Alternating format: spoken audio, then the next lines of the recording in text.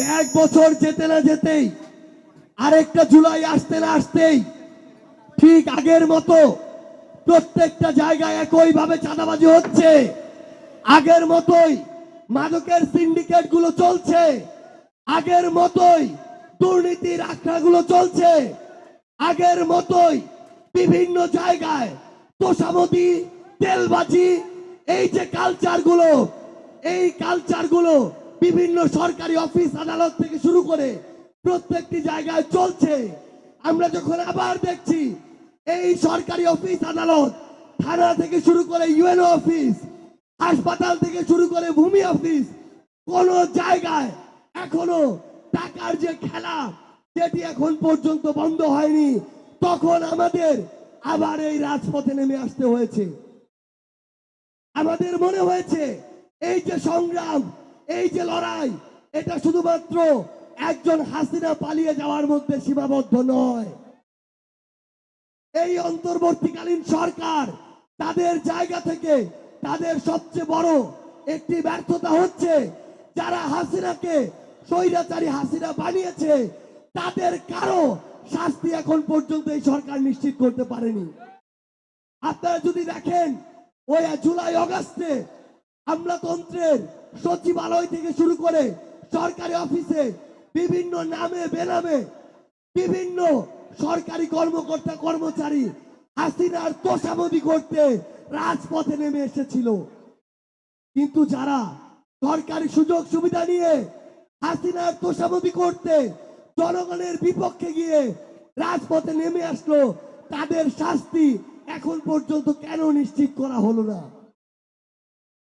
এই অভ্যুত্থান পরবর্তী সময়ে আমাদের মনে হয়েছে এই যে একটা সিস্টেম, করাপ্টেড একটা সিস্টেম, এই সিস্টেমটা ভেঙে চুরে নতুন করে তৈরি করতে হবে।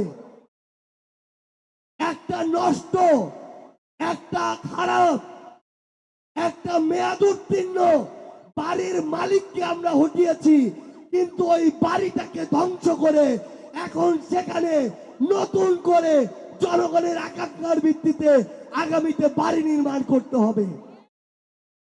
আমাদের অনেক কাজ এখনো বাকি। এই জন্য সবকিছু ভুলে গিয়ে আমাদেরকে এই রাজপথে আবারও নামতে হয়েছে।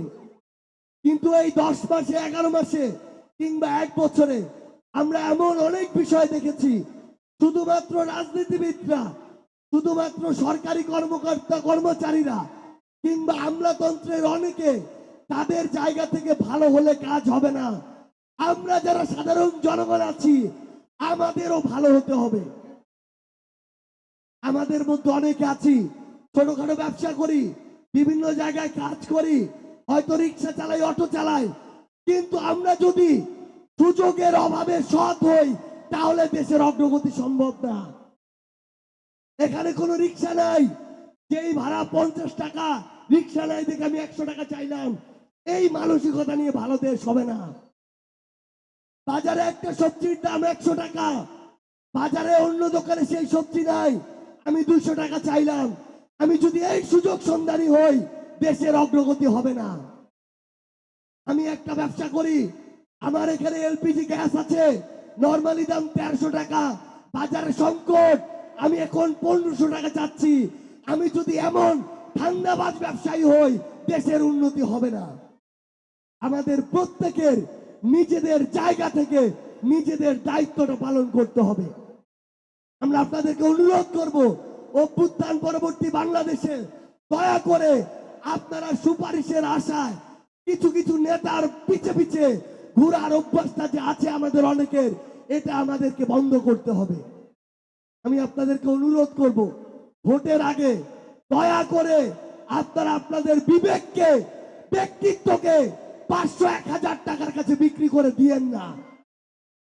আমরা আপনাকে অনুরোধ করব, ওই একদিনে একজন নেতার কয়েকটা টাকার কাছে বিক্রি হয়ে ওই নেতার কাছে নিজেকে 5 বছরের জন্য বিক্রি করে দিয়েন না।